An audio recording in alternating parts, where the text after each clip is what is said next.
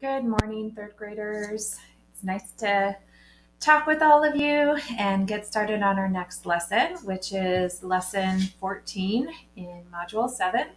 So today we're going to be looking at figures that don't give us all of the side lengths. So we're going to have to think about how we can use the information given to determine the perimeter of each figure. So if you take a look at it's important to make sure you're counting up side lengths so that you know how many of something you're going to have on this figure. So we have 1, 2, 3, 4, 5, 6, 7. We have a 7-sided figure today. And when they only give you one side length and no other information and things are looking pretty symmetrical, you can assume that these other sides are also 8 inches. So because we have 7, we would go ahead and write out 7/8. There's 3, there's 6, and there's 8, right? It's all repeated addition. So when you think about repeated addition, you know, because you've learned back in module 1, that also means you could multiply. We're looking at 7/8. So we could, in our minds, think of this, right, like 7 times 8. We could also do the pull down method and add it all up. But for the majority of us, right, 7 times 8 is a fact that we can calculate more rapidly than actually adding all of these up.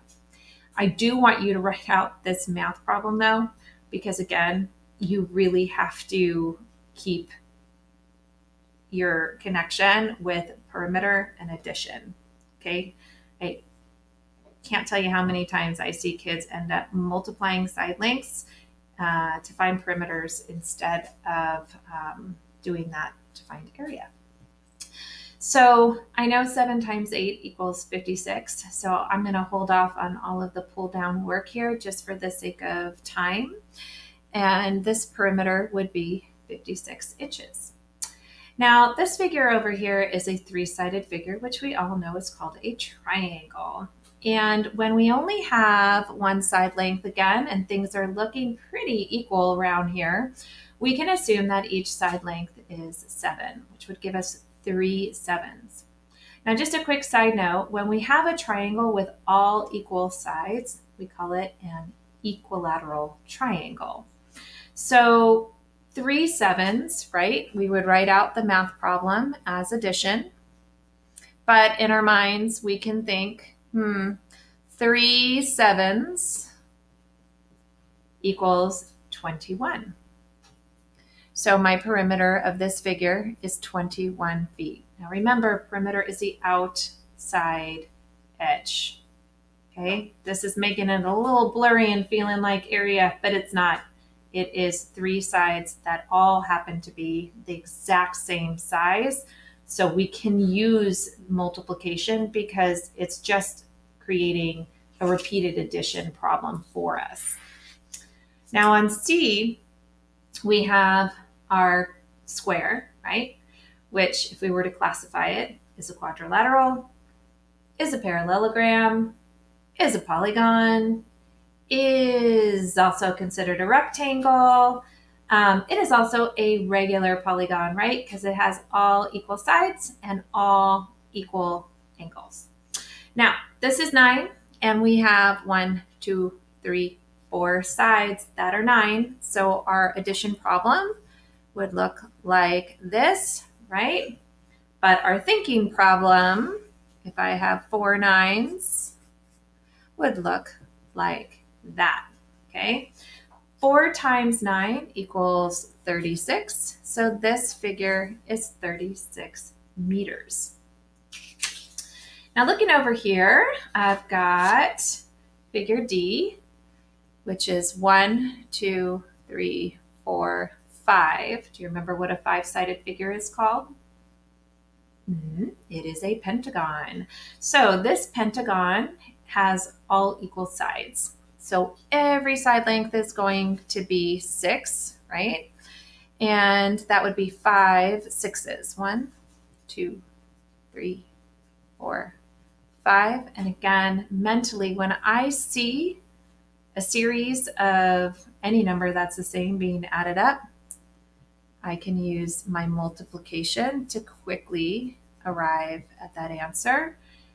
5 times 6 is 30. So that figure has an outside perimeter of 30 inches.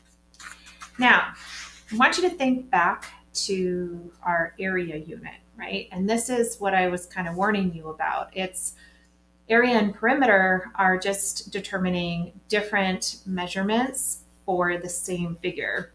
So just like we had missing side lengths in area, we also can have missing side lengths in perimeter. So if this side length is 7, that tells me that this line up above it, which is clearly of equal length, is also going to be 7. And this side length that's missing, remember, if I'm missing a side, I'm going to look the opposite direction. So I can use this side length to inform this one. So this side length would be 2 centimeters. Now, when I go to add this up, I'm going to use my checking off strategy just like I taught you. 2 plus 7 plus 2 plus 7 is going to get me this perimeter. Here, right, let's throw in our variable. Here, I'm just going to pull this down, right? Keep your math operation in there. And I have a 9 plus a 9, which equals 18. And for those of you who like that organization with parenthesis work, right, we could throw parentheses around here.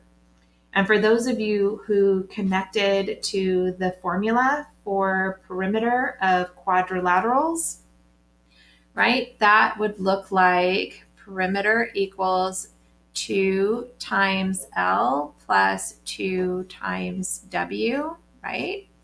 So that would be, I have 2, well, let's start with the 7. I have 2, well, no, let's start with this one. I have 2 times a side length of 2 for length, and I have 2 times a side length of 7. And I end up with 4 plus 14, which gets me the same amount. Okay, so just exposing you to different systems of solving this. This is the one I'd like you to rely on.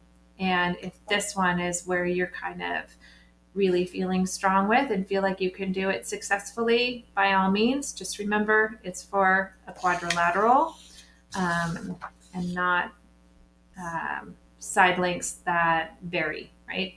Both side lengths need to be the same on the length and the width. All right, David draws a regular octagon and labels the side lengths as shown below. Find the perimeter of David's octagon. So a key word here is regular octagon, which tells us that we can assume that all side lengths are the same and all angles inside this are also the same. So it's an octagon, which means it's going to have 8 sides. I'm going to count them up. 1, 2, 3, 4, 5, 6, 7, 8. And that's a strategy to use. If you don't remember how many sides are on an octagon, just count them up. Okay. I like to make little marks so that I make sure I've hit each one and I haven't lost track.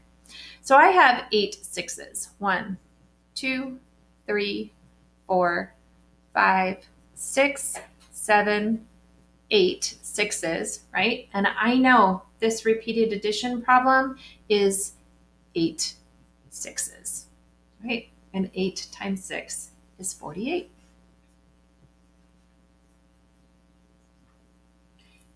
As we move down, we have Paige paints an 8-inch by 9-inch picture for her mom's birthday. What is the total length of wood that Paige needs to make the frame? So frame right here, right? This feels area, right? When we were doing area, we would just take those dimensions, put them on our, well, that's not very to size, right?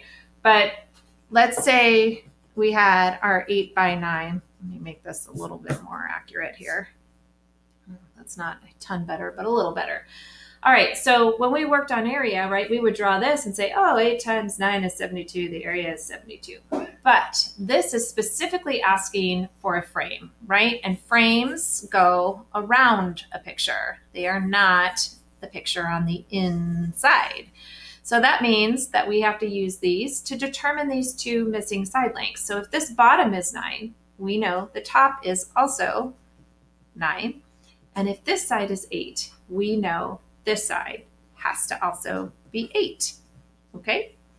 Now, when I go to add this up, I'm going to go ahead and I am going to cluster it as I go. So I'm going to put my 8 plus 9 in parentheses, plus my 8 plus 9 in parentheses, and that's going to give me my perimeter. 8 plus 9 is 17, plus 17 equals perimeter. 17 plus 17, I can feel that regrouping itch, right? Just gonna make sure that I get it right. The perimeter is 34 inches. Okay. On number 5, Mr. Spooner draws a regular hexagon on the board. One of the sides measures 4 centimeters. Giles and Xander find the perimeter. Their work is shown below. Who is correct? So a regular hexagon. A hexagon is a 6-sided figure, right? So I am not going to be able to draw a regular one without a ruler. But if I have 1, 2, and then here and here, 1, 2, did I draw that right? 3, 4, 5, 6. No, what did I make here? I drew too many sides. Get us started over. 1, 2, 3, 4, 5, 6. Okay, that's better. Okay, and each side length is 4 centimeters.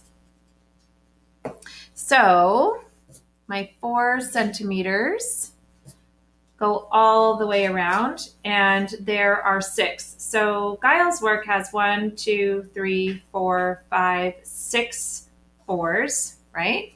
Which equals 24. So he got it correct.